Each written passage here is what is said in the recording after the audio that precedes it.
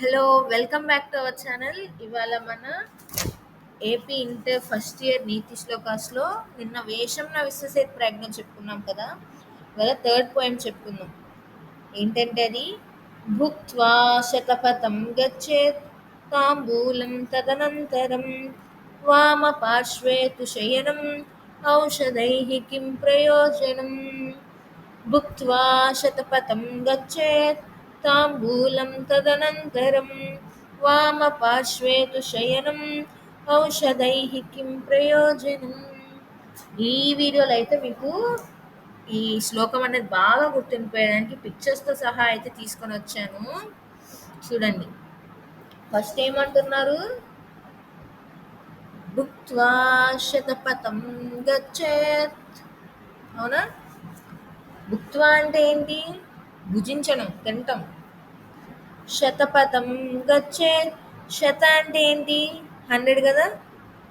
పథం అంటే నడవటం, ఒక అడుగులు. పథం అంటే అడుగులు. గచ్చేత్ అంటే వెళ్ళటం, ఒక 100 అడుగులకి వెళ్ళి రావటం. తాంబూలం తదనంతరం, దాని తర్వాత ఆకు తిని.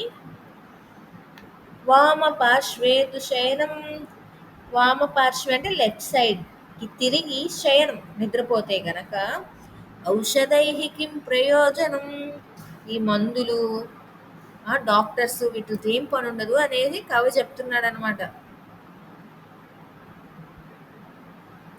ఒక్క నిమిషం, ఇదిగోండి చూసారా?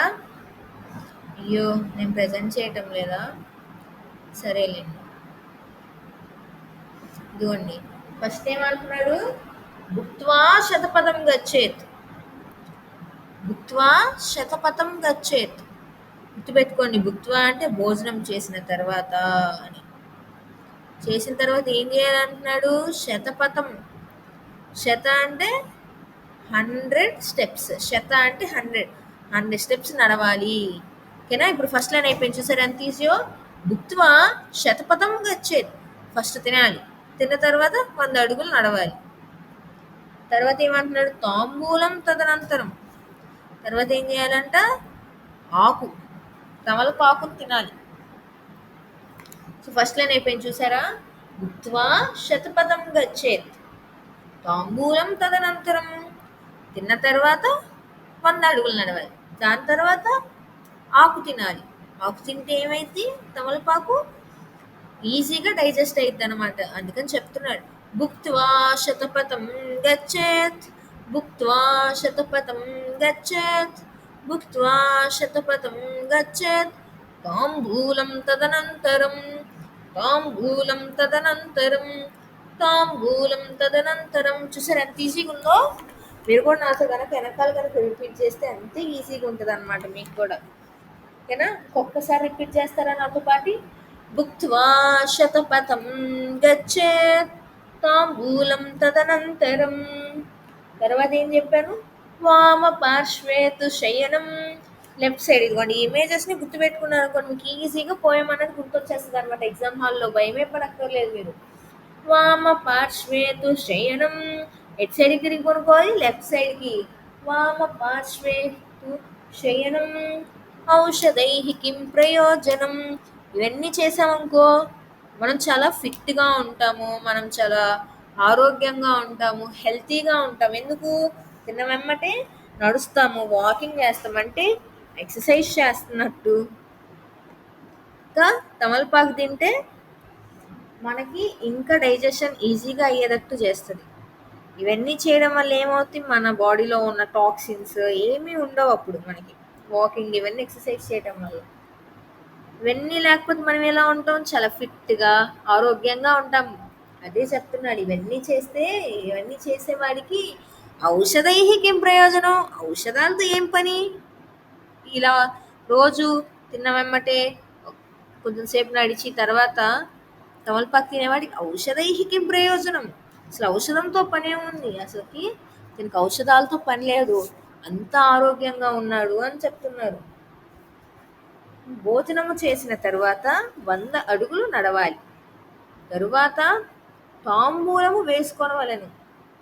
తాంబూలం అంటే కిల్లి కాదు, మళ్ళీ తాంబూలం అంటే ఆకు, ఒక్క. నిద్రించే సమయంలో ఎడమవైపు తిరిగి పడుకోవాలి. ఈ 3 పనులు ఖచ్చితంగా క్రమం తప్పకుండా ప్రతి డే చేసేవానికి వైద్యునితో అంటే డాక్టరుతో ఏం పని ఉండదు అని చెప్తున్నాడు కవి. చూసారా?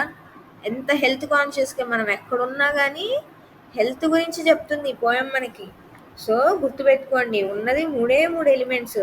తినాలి, తిన్న తర్వాత నడవాలి, నడిచిన తర్వాత తాంబూలం, తాంబూలం తర్వాత లెఫ్ట్ సైడ్‌కి తిని పడుకుంటే వాడికసల హెల్త్ ఇష్యూసే రావు అని దీని మీనింగ్ అనమాట.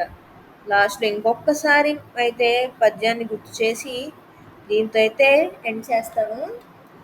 భుక్త్వా శతపథం గచ్చేత్ తాంబూలం తదనంతరం వామపార్శ్వే తు శయనం ఔషధైః కిం ప్రయోజనం. ఓకే, గుర్తుపెట్టుకుంటారు కదా. భుక్త్వా అంటే తినటం, తిన్న తర్వాత శతపథం, శత అంటే 100, అందుకే మనం ఏమంటాం, మనం శతనామాలు ఇవన్నీ అంటూ ఉంటాం కదా. శత అంటే ఒక 100 అంతే కదా.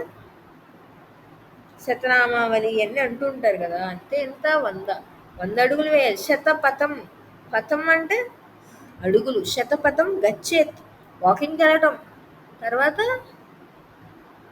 తాంబూలం తదనంతరం, అనంతరం, తదనంతరం అంటే వాకింగ్ అయిపోయాక ఇది తింటాం అంటే తదనంతరం.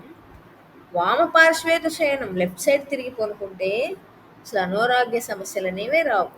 సో మీరు కూడా రేపటి నుంచి తిన్న వెమ్మటే వాకింగ్ చేసి నిద్రపోయేటప్పుడు లెఫ్ట్ సైడ్ తిరిగి ఖచ్చితంగా నిద్రపోవడానికి ట్రై చేయండి. మీకు ఖచ్చితంగా హెల్త్ బెనిఫిట్స్ అనేవి ఉంటాయి. ఈ నీతి శ్లోకాన్ని గుర్తుపెట్టుకొని లైఫ్లో పాటించినప్పుడే కదా అది నీతి శ్లోకం అవుతుంది. సో ఇవాళకి ఇది ఇంతే. మళ్ళీ రేపు ఇంకో పోయంతో కలుసుకుందాం. అప్పటి వాటికి సబ్స్క్రైబ్ చేసుకొని ఉండండి. Bye, good night. మీరు ఇవాళ నిద్రపోయే ముందు లెఫ్ట్ సైడ్కి తిరిగి నిద్రపోవడం మర్చిపోకండి. బాయ్.